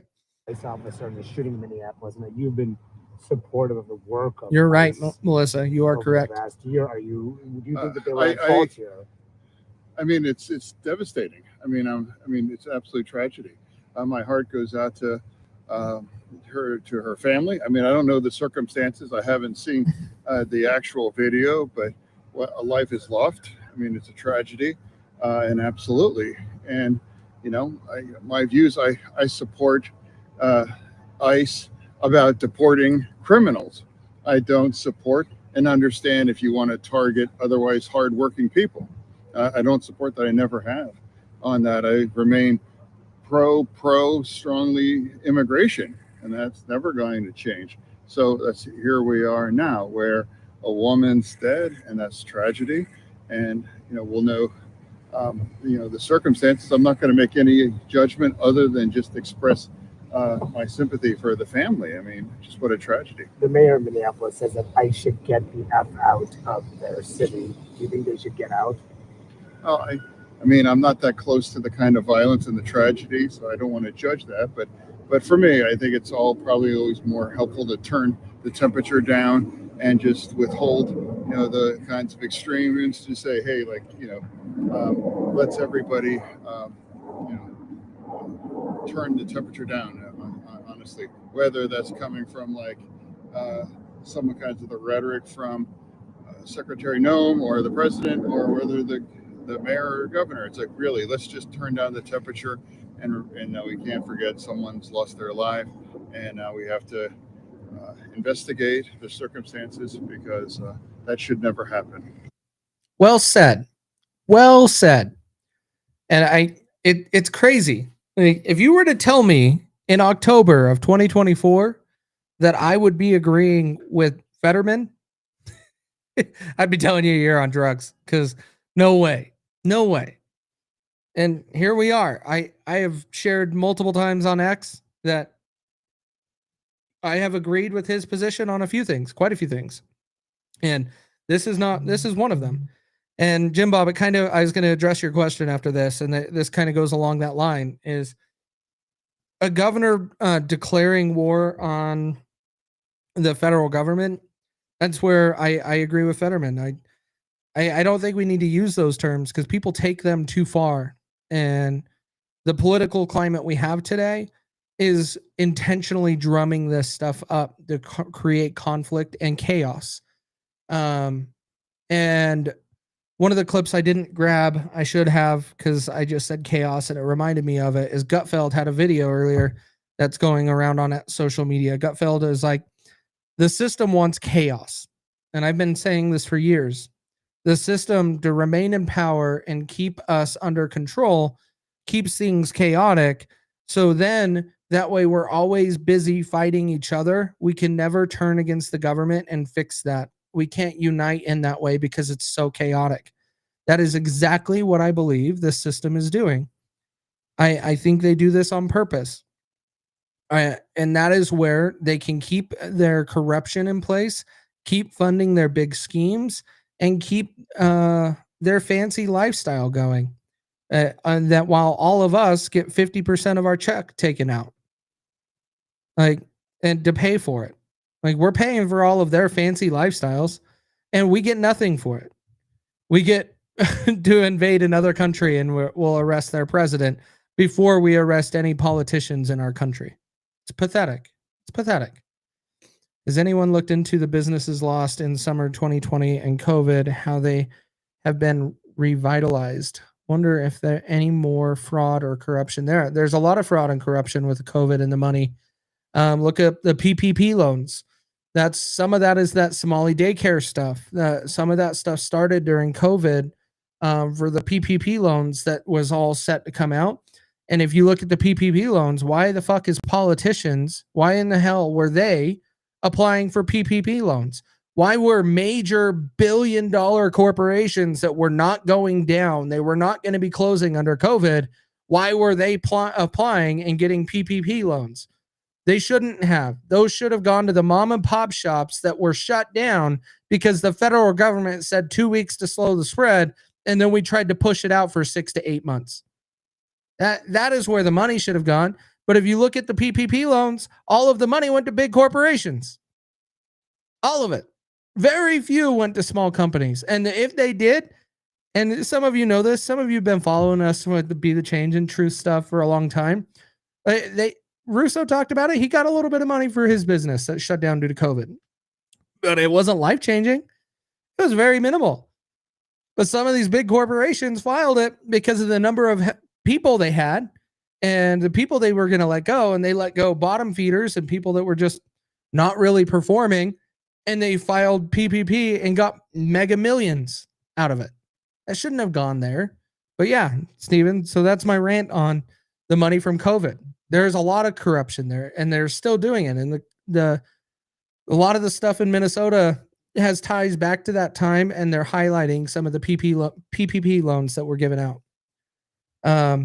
So that's my little rant on that shit. Jim Bob, we live in a timeline where John Fetterman is the only sane person in the Democrat Party. Yeah, John Fetterman is one of two sane people out of 535 in DC. Who's the other one? I'll let you guys know it. You guys know it. You guys followed me long enough. You know who I'm referring to. But there's one person outside of Fetterman that I 100% am on board with in the sense of saying he is a sane person, but MAGA hates him. MAGA hates him. They can't stand him because Daddy Trump said to hate him. What else do we got for this one? Let me look. I'm looking at all the clips to see what else we got. War with the federal government, execution. Scott Jennings. Let's show you what Scott Jennings said on CNN over this. He kind of went off like he does. In this whole thing, it was. I wish I was in the room to watch this. All the political actors seem to be weighing in. The president has weighed in. The governor of Minnesota and the mayor of Minneapolis have weighed in and effectively called this guy a murderer. They don't know that. I mean, There's obviously He's not two a points of murderer. view, and I assume there's going to be more facts that we're all going to learn in the days and weeks ahead. But it's pretty apparent this guy was standing in front of a vehicle and somebody accelerated it at him. How this shakes out in the legal system, I don't know. I do know this: the president's been a strong proponent of standing up for these ICE agents and other federal law enforcement Yes, who he have has. been, in fact, under assault from protesters since he took office, and instructed them to simply enforce federal immigration law. And we have seen, in my opinion, a lot of irresponsible rhetoric over the year from Democratic officials like Tim Walz, who have called them Gestapo and murderers and everything else. And so there are consequences to that kind of language, and I think we're seeing that play out today. Well, all the political actors seem to be weighing in. Scott Jennings nailed it. He nailed it. But I will also say, there's that rhetoric from the right too. It's there. It exists. The one person I would really like to know, like we all know Mike Lindell is running for governor of Minnesota. The part that I don't understand, and you can't see it because I'm not logged in here. Let me flip things around here. Give me 1 second. Let me get logged in. And then I want to show you. Oh, man. Oh, man. Did I do it? I think I did it. Oh, that won't work. Okay, hang on. Let's try this screen. Let's try this here. Boom. All right, let's go pull up Mike Lindell. So Mike Lindell is running for governor of Minnesota. The part that I am shocked by with him, we're going to scroll his feed here. You had this big issue happen in your state. If you want buy-in to get votes, if you want to win an election, and you had this major activity or action or incident happen in your state, wouldn't you issue a statement? Why has Mike Lindell not said a single thing about what's going on in his state right now? If you're running for governor, I'm pretty sure you should come out and make a statement if you want to win this state. And he has not. This video, he came out of an interview downtown. He talks about how he's got another appearance he's going to be doing. He's going and doing this. This was great. Thank you. Da da da da da. Minnesota is full of crime and leadership is horrible. Da da da da da. Doesn't mention anything about the situation that happened today. Why? If you want to serve the people, you should make a statement here. So shame on Mike Lindell, because I really think you should be addressing your state. A true leader would. And these are the type of things that we need to be looking at when picking an elected official or deciding who we're going to vote for. These are the type of things you look for. You look to see what they're doing, how they handle certain situations, how they respond to these situations. He didn't even issue any statement at all. And I think that's wrong. I think he should have, if he was running for governor of a state like this. And let's see, what else do I got for Minnesota here? Oh, I mentioned earlier the Q people. And then we're going to end on this note, guys. We're going to mention the Q people. We're going to mention Q people. What up, Chris?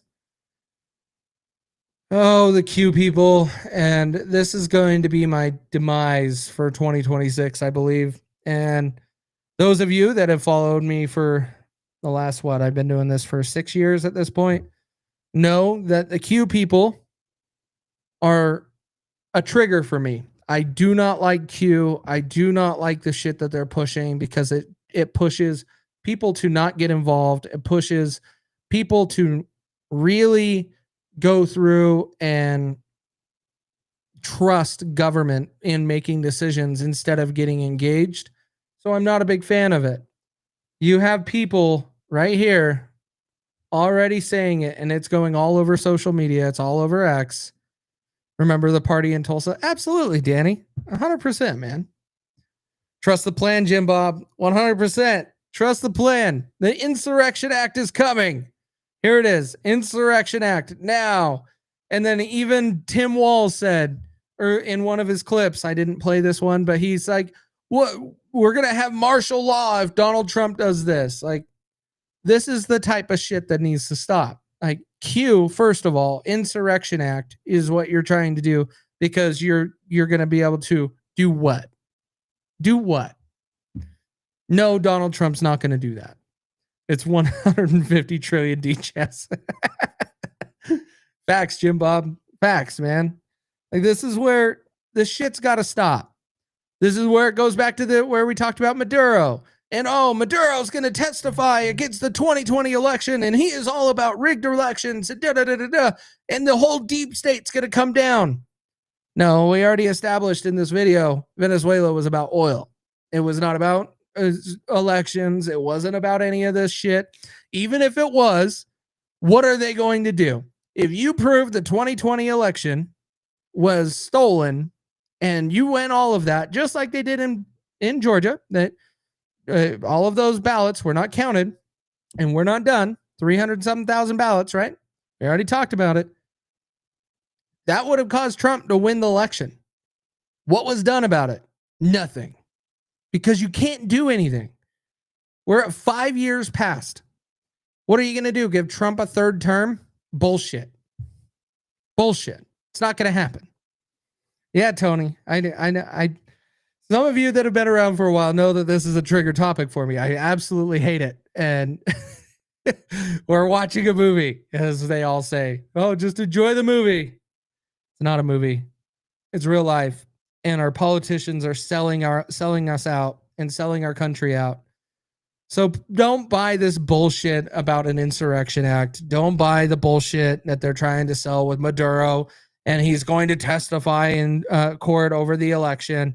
No, that's not going to happen. If it does, you will hear from me. I will admit I'm wrong. You guys know me. I do. I have no problem admitting when I'm wrong.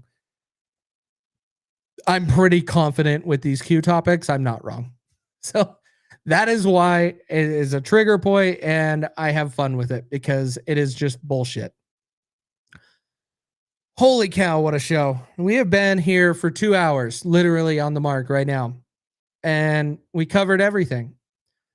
It was a crazy day. It's good to be back in the seat and doing the show again. We'll be doing this every Wednesday, 8 p.m. Eastern.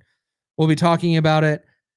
Let me give you a little bit of rundown of what to expect for 2026. It's an election year. That's a huge focus of mine. I always focus on the election every time we have them. So when it comes down to what's going to go on this year, it's elections. We're going to be talking about a lot of the elections. I'm going to be involved a lot more locally. My legislative session here in Utah starts like January 20th, I believe. And it goes for 45 days. So you'll see me at the Capitol, I'll go live. I'll do different things. I'll also be going and trying to meet with my reps. I don't generally get to meet with my reps. I get to meet with one of them. My other reps ignore me. They don't really interact with me. I end up going and meeting with others and talking with them. But so 2026, we're going to have a lot of stuff going on. I have a couple tools that I'm building to help you guys during the elections so you guys can know what's going on, what bills are being talked about, and different things. And then I'm hoping to release them to you. First, we'll use them on the podcast. We'll break things down, test it out, make sure it is all working right, and then I'll release it to all of you guys. But 2026 is going to be wild, guys. I don't think the Republicans are in a good spot right now. I hope they get their shit in order because I would like to see some good things done. The right will get more things done, at least that I would go along with, than the left. So I generally prefer the elections to go that way until we can get the Libertarian Party in order. And then we got to start pushing that because red and blue are not the solution anymore. We have to admit that. Red and blue are not serving us, and we really got to start moving on to other options. and break down this two-party system. It's really evil. And this election and this administration is already showing it. They haven't really done a whole lot to serve us yet. We've arrested more Venezuelan politicians than we have arrested US politicians to this point. Hopefully that changes, but I'm not holding my breath. I am not holding my breath at all. Tony, can I say your wife is beautiful? I guess since we are friends, I see her posting. Yes, always, Tony. Yeah, she's always posting. She's now more on X, but she's still posting on Facebook and stuff. But we've mostly converted and only use X. X is our platform that we are mostly on outside of all of the other social medias. But that kind of gives you guys a scope of what to expect for 2026. It's going to be a busy year. There's going to be a lot of things going on. I'm going to try to travel to some of the libertarian conventions. We got the game show that we'll be doing live at several different libertarian conventions. And so we'll be doing those things. And I'm just trying to figure out which ones I'm going to. And I can meet up with them. So if you want to go to those, hit me up. You can I'll also share Free's post again right after the live on my page on X, so you can see where they're all done. I'm not friends with her, just you. Oh, Tony, go add her as a friend. She'll add you. You can do that. And Jim Bob, you're not wrong. Buy more ammo. Buy more guns and buy more ammo. You could always use both. Always use both. But if you have a whole bunch of guns and you have no ammo, it's kind of useless. You're going to run around with very awkward baseball bats, and you don't want to be doing that. So buy guns and ammo. But on that note, guys, you guys all have a good night. I'm glad to be back. We're at 2026. We got to buckle up and get engaged this year. We got a lot of stuff to do, and I know all of you guys are going to show up to vote, so I don't have to preach there, but we got to be taking people with us to go and vote if we want to make a change in this country in the midterms this year. We got to make sure that we get some good people in office, remove all of the bullshit. But on that note, have a good night, guys, and we will see you guys next